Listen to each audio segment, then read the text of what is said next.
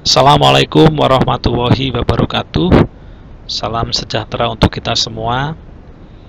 Pada video pembelajaran kali ini, relasi dan fungsi bagian pertama, materi yang kita pelajari meliputi ada pengertian relasi, kemudian menyatakan relasi, ada domain, kodomain, dan ring, pengertian fungsi atau pemetaan, mengidentifikasi fungsi atau pemetaan, kemudian menentukan banyaknya fungsi atau pemetaan yang mungkin, dan yang terakhir tentang notasi fungsi, rumus fungsi, dan nilai fungsi. Yang pertama, tentang pengertian relasi. Relasi himpunan A ke himpunan B adalah suatu aturan yang menghubungkan anggota himpunan A ke anggota himpunan B. Kita misalkan saja anggota himpunan A ada Agus, Bandi, Nanang, Sutarto. Kemudian anggota himpunan B ada soto, sate, gulai, bakso. Relasi atau aturan yang mungkin untuk memasangkan himpunan A ke himpunan B, misalnya bisa menyukai, bisa memesan, bisa memasak, bisa menjual, dan lain-lain. Menyatakan relasi. Di sini ada 4 pernyataan. Agus menyukai makan soto, Bandi menyukai makan sate dan bakso, Nanang menyukai makan soto dan gulai, Sutarto menyukai makan gulai. Menyatakan relasi ada tiga cara. Yang pertama dengan diagram panah. Bagaimana caranya? Kita gambarkan saja langsung. Untuk A itu adalah nama, ada Agus, Bandi, Nanang, Sutarto. Kemudian B ini makanan-makanan yang disukai, ada soto, sate, bakso, gulai. Agus menyukai makan soto, berarti Agus dipasangkan atau dihubungkan dengan soto. Ini kalau membaca berarti Agus menyukai soto. Bandi menyukai makan sate dan bakso.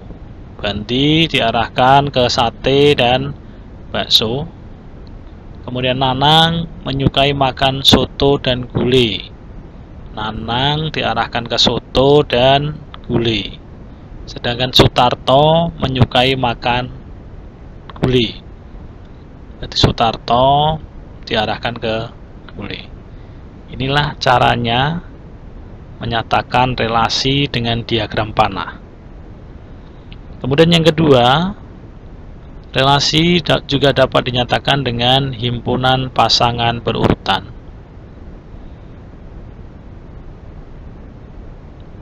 Tentunya adik-adik masih ingat himpunan pasangan berurutan. Himpunan itu berarti selalu diawali dengan kurung kurawal. Kurung kurawal. Kemudian dipasangkan. Agus menyukai makan soto, maka Agus, soto. Kemudian Bandi menyukai makan sate dan bakso, maka Bandi yang pertama, Bandi, sate. Kemudian Bandi, bakso. Nanang menyukai makan soto dan gulai. Yang pertama Nanang dipasangkan atau soto. Kemudian Nanang, gulai. Dan yang terakhir Sutarto menyukai makan gulai, maka Sutarto, gulai. Dan jangan lupa ditutup dengan kurung kurawal tutup. Inilah cara menyatakan relasi dengan himpunan pasangan berurutan. Kemudian yang ketiga, dengan diagram kartesius. Nah, tadi dipasangkan Agus menyukai soto, kemudian Bandi menyukai makan sate dan bakso. Kemudian Nanang menyukai makan soto dan gulai.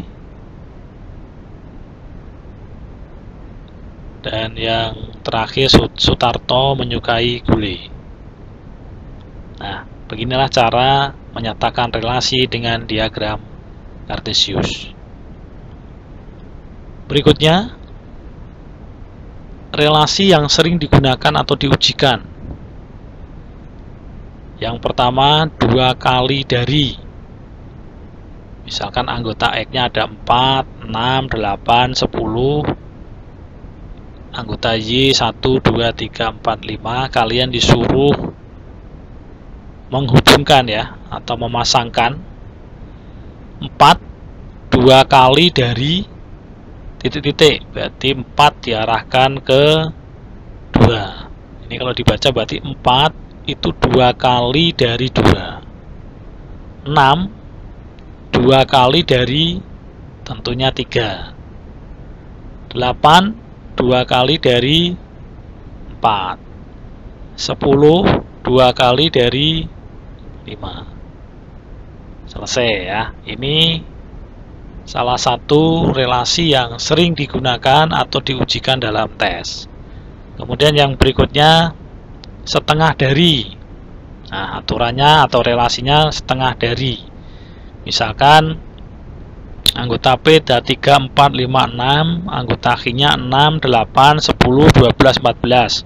Kalian disuruh menghubungkan anggota P ke anggota Q.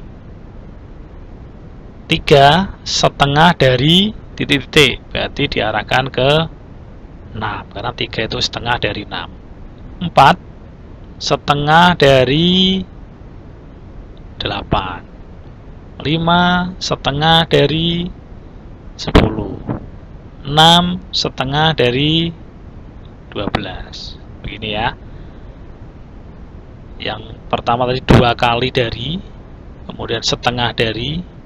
Berikutnya ada lagi aturan atau relasi yang sering diujikan dalam tes atau dalam penilaian, yaitu lebih dari.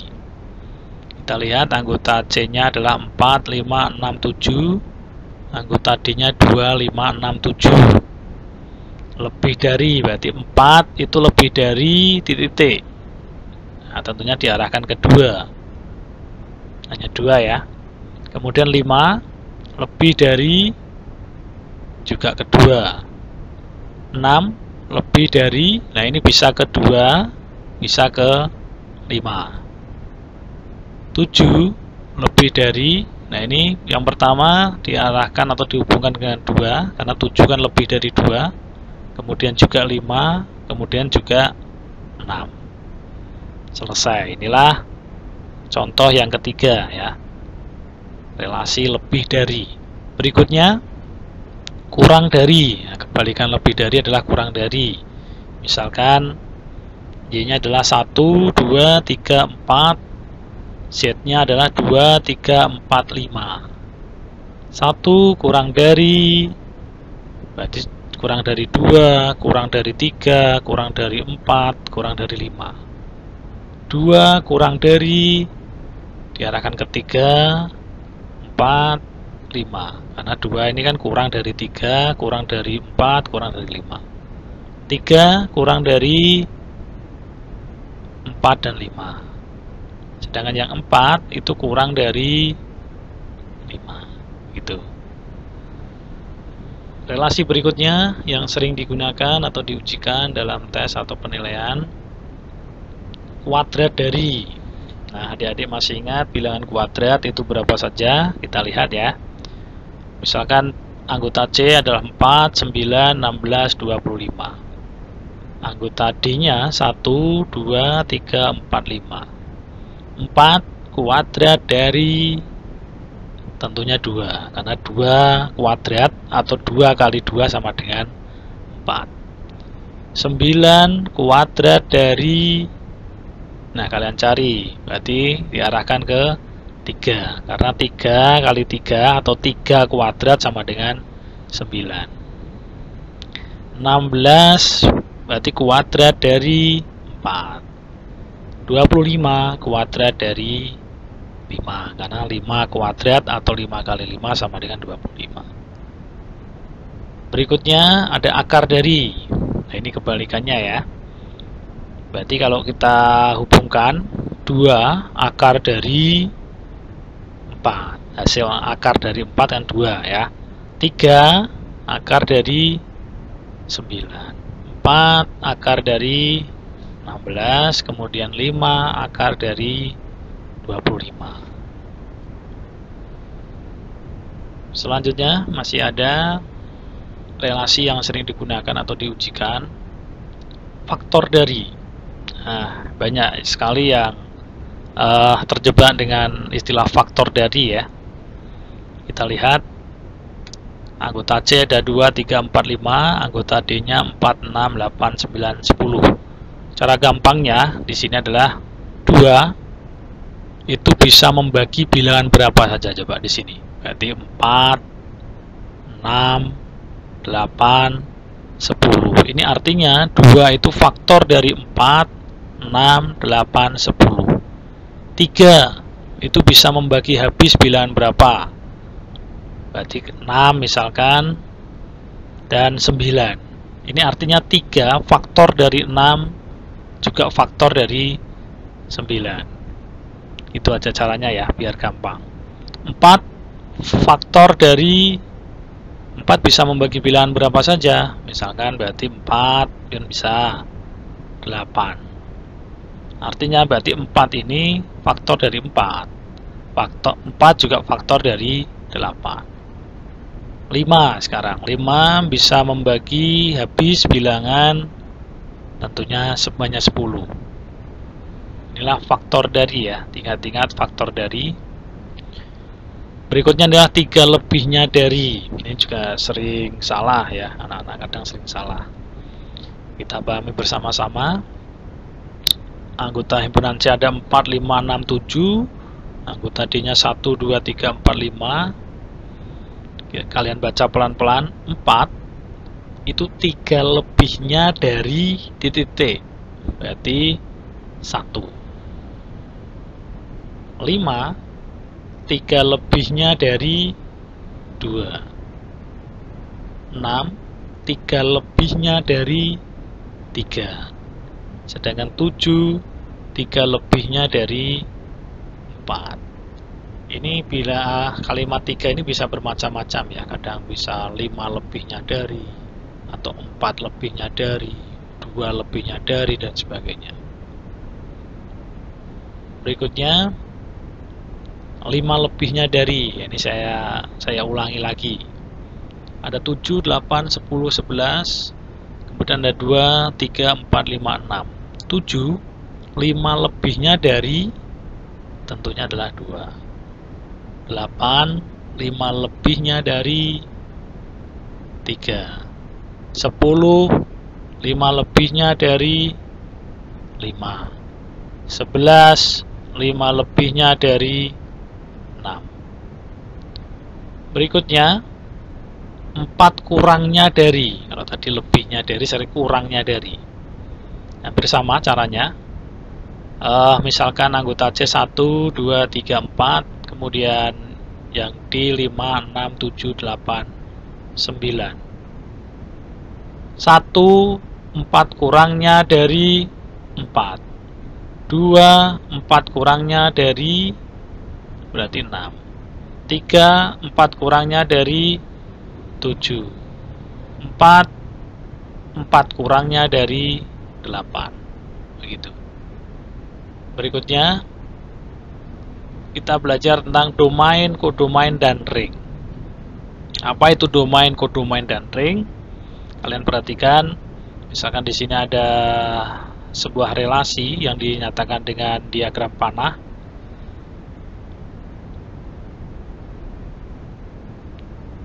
Nama relasinya atau aturannya adalah 3 lebihnya dari, seperti ini. Kalian disuruh menentukan domainnya. Domain itu adalah daerah asal. Artinya apa? Berarti semua anggota himpunan A yang di depan ini itu berarti disebut domain. Ada 4, 5, 6, 7. Kemudian ada yang istilah kodomain. Kodomain itu daerah kawan, atau ada yang menyebutnya daerah lawan.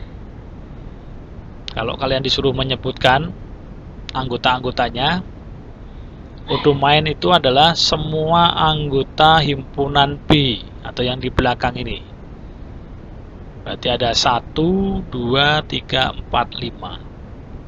Sedangkan ring atau daerah hasil, itu maksudnya adalah semua anggota B yang di belakang ini yang kena panah.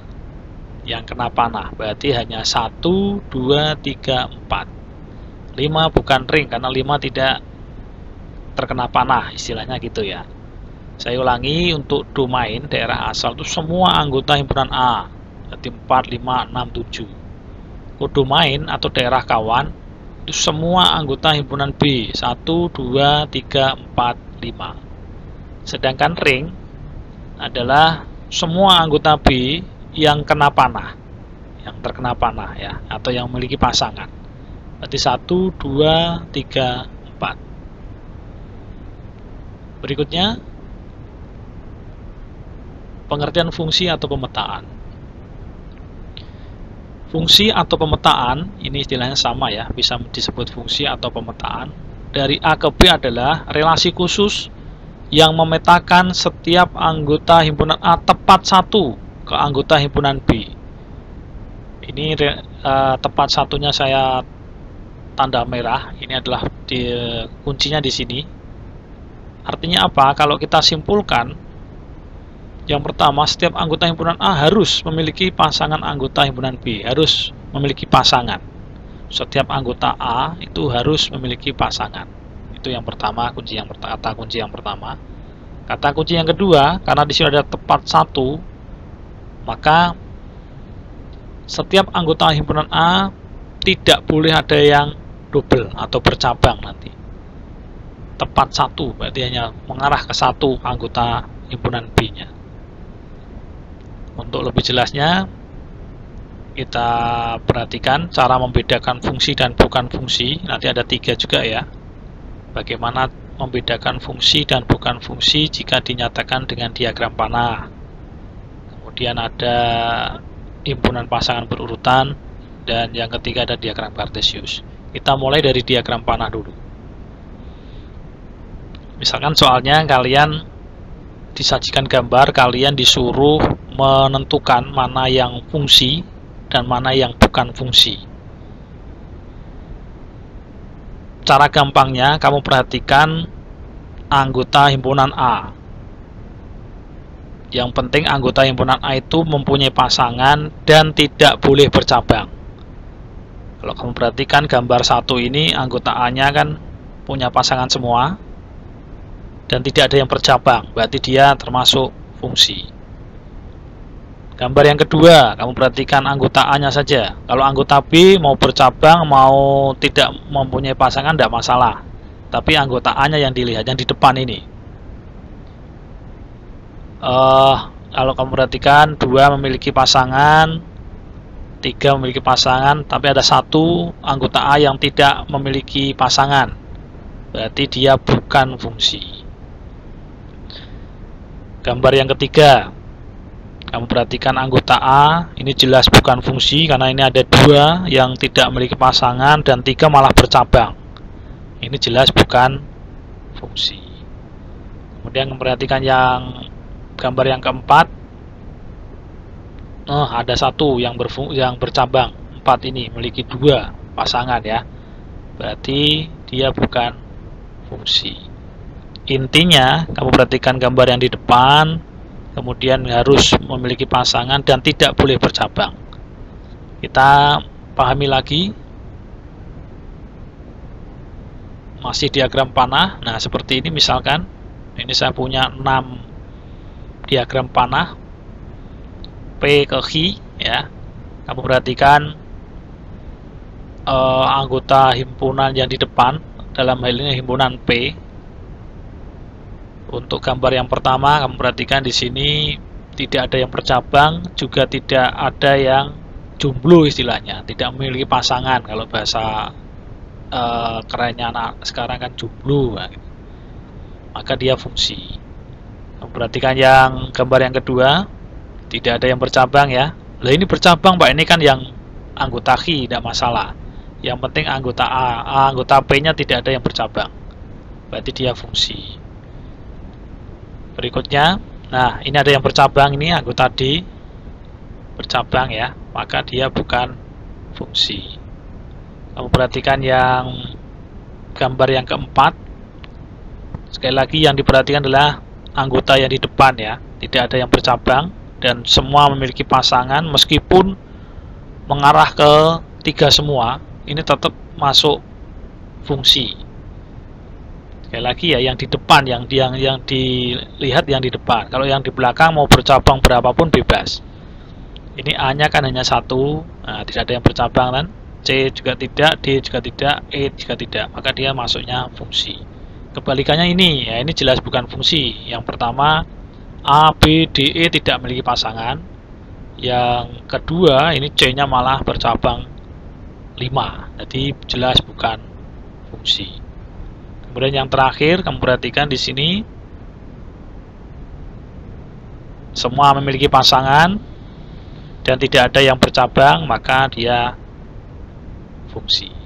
Begitu ya, cara membedakan fungsi atau bukan fungsi jika dinyatakan dengan diagram panah.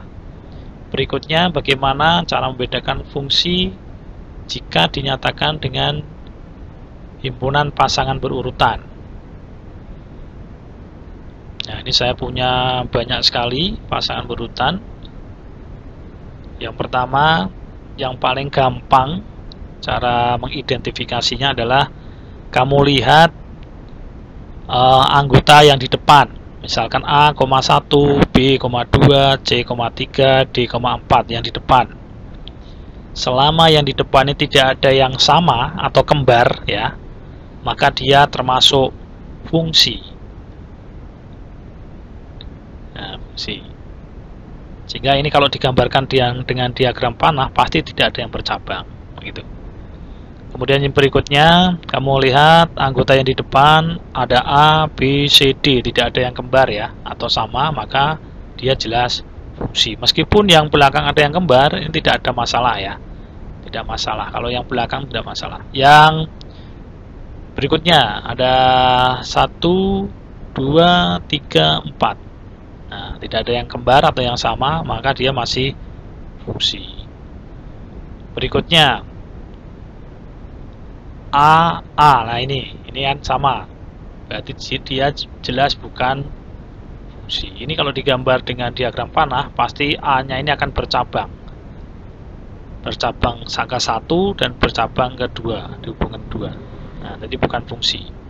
Berikutnya, nah ini ada A lagi. Ini jelas bukan fungsi.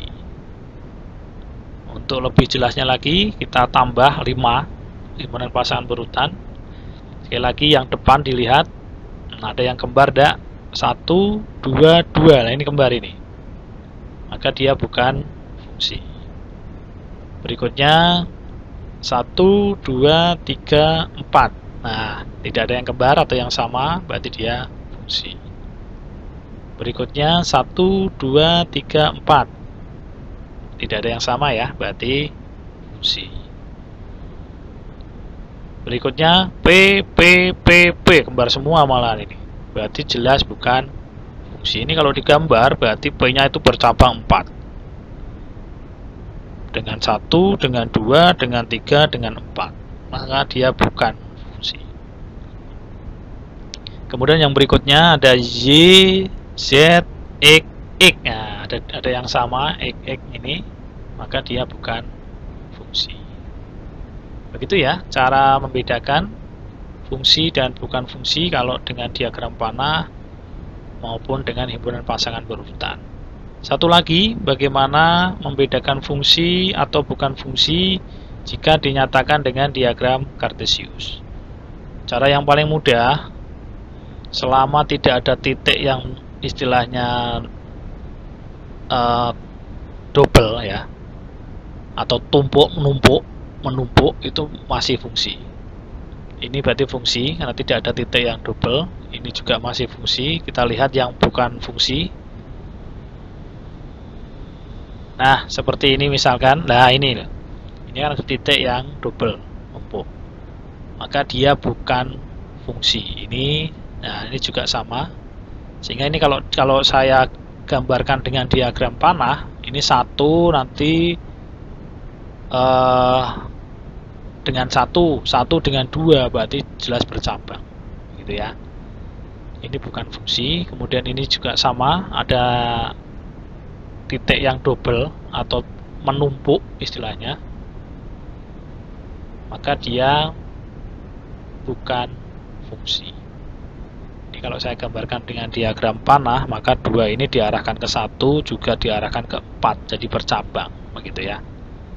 Demikian tadi cara menyatakan atau membedakan fungsi dan bukan fungsi, baik dengan diagram panah, dengan himpunan pasangan berurutan, dan dengan diagram kartesius. Kita lanjutkan materinya. Menentukan banyaknya pemetaan yang mungkin.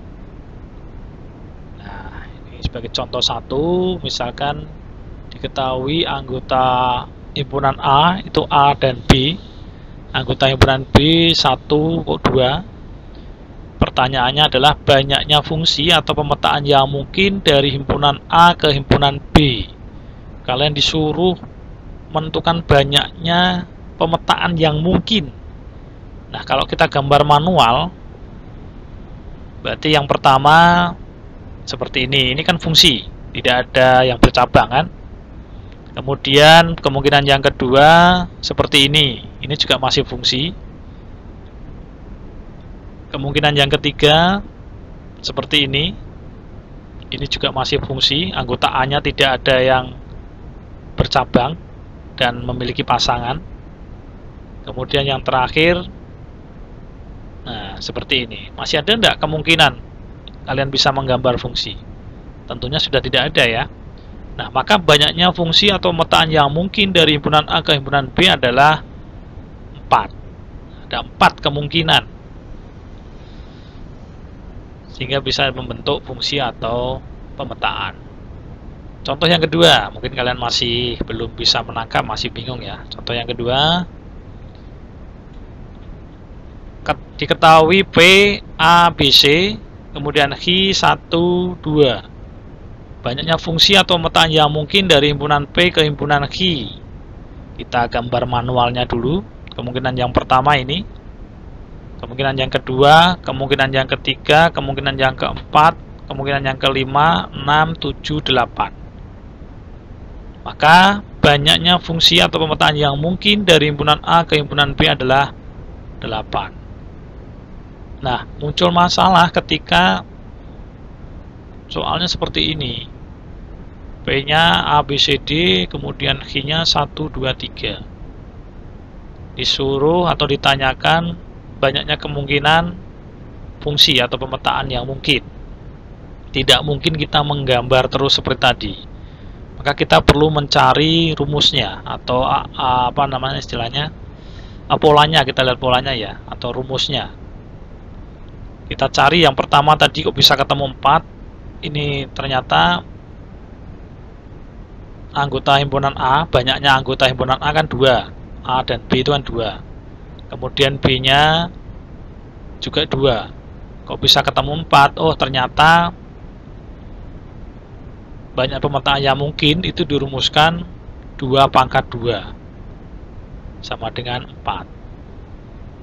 Kemudian kita lihat contoh yang kedua tadi, yuk bisa ketemu 8. Ternyata kalau kita lihat, kita perhatikan betul, kita selidiki, anggota himpunan P-nya ada 3, A, B, C.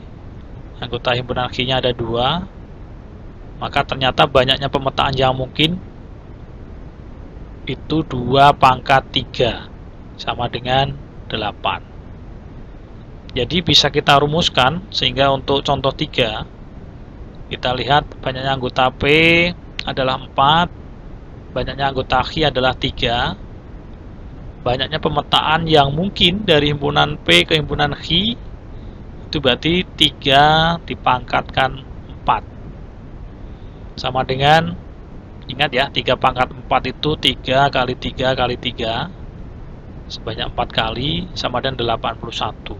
Bisa kalian bayangkan saja ketika kita tidak bisa menemukan rumus ini, maka kalian harus menggambar 81 diagram panah. Saya kira tidak mungkin ya, pasti ada terlewatkan nanti. Inilah rumus bagaimana cara mencari banyaknya pemetaan yang mungkin dari dua himpunan. Nah, dari ketiga contoh ini dapat kita simpulkan bahwa jika banyaknya anggota A X, kita misalkan X, banyaknya anggota B kita misalkan dengan Y, banyaknya pemetaan yang mungkin dari A ke B itu adalah Y pangkat X. Perhatikan ya, dari A ke B maka B dipangkatkan A, istilahnya gitu gampangnya. Berarti B nya Y, A nya X. Hati-hati ya, dibalik ya, dari A ke B berarti B pangkat A malahan ya, Y pangkat X. Kemudian kalau kita balik, banyaknya pemetaan yang mungkin dari B ke A, berarti A nya dulu, A nya berapa ini, X.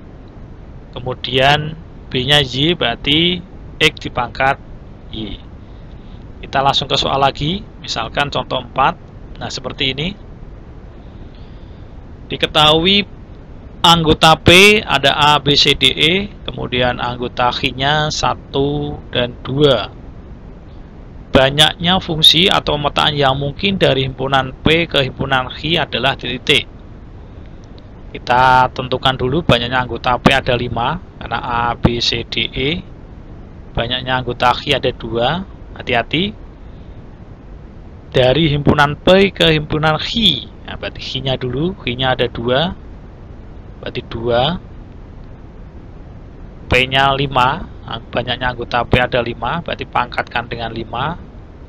Ingat ya, 2 pangkat 5 berarti 2 kali 2 kali 2 kali 2 kali 2, berarti sama dengan 32. Sekarang kita balik, banyaknya fungsi atau pemetaan yang mungkin dari himpunan Q ke himpunan P sama dengan P, yang P-nya dulu, P-nya adalah 5, berarti 5.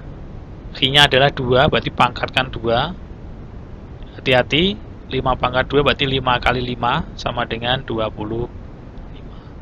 Inilah bagaimana cara menentukan banyaknya fungsi atau pemetaan yang mungkin dari dua himpunan. Kita lanjutkan, materi selanjutnya adalah notasi fungsi, rumus fungsi, dan nilai fungsi. Contoh notasi fungsi penulisannya seperti ini ya. Kemudian kalau rumus fungsi itu hampir sama, cuma dinyatakan dan fx sama dengan 3x plus 2. Ini sama ini. Yang sebelah kiri notasi fungsi, yang sebelah kanan adalah rumus fungsi. Kita aplikasikan ke contoh soal saja. Ini saya berikan satu soal, tapi yang saya tanyakan ada langsung beberapa biar tahu perbedaannya. Jika fx sama dengan fx 3x plus 1 dengan domain atau daerah asalnya 1, 2, 3, 4, tentukan. Yang pertama rumus fungsinya, kemudian yang kedua f2, yang ketiga bayangan dari 3, yang keempat ring atau daerah hasil, yang kelima nilai x jika fx sama dengan 13. Coba kita pahami pelan-pelan. Ini adalah salah satu contoh soal berkaitan dengan fungsi.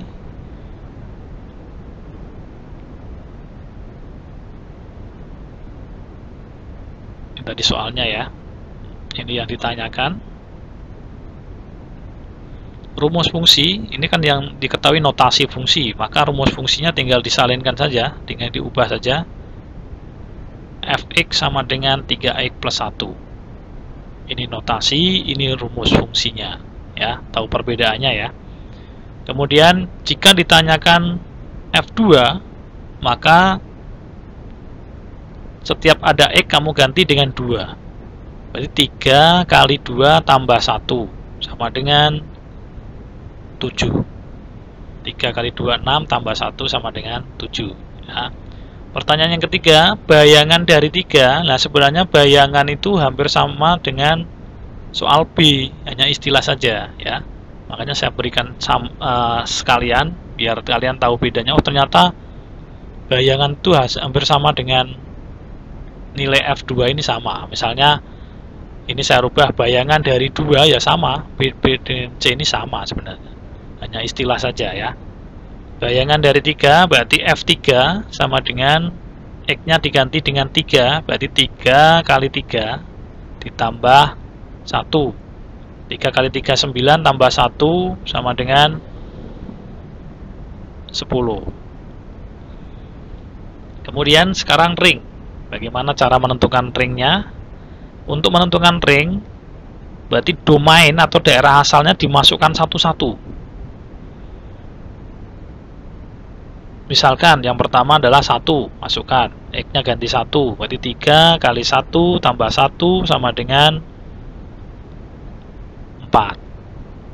Kemudian yang domain yang kedua, masukkan. Gantikan 2, berarti 3 kali 2 tambah 1 sama dengan 3 kali 2, 6 tambah 1, 7. Kemudian berikutnya 3, masukkan. Berarti 3 kali 3 tambah 1 sama dengan 10. Kemudian yang terakhir 4, masukkan di sini 4 sama dengan 3 kali 4 tambah 1 sama dengan 13. Nah, yang dimaksud dengan ring adalah hasilnya tadi.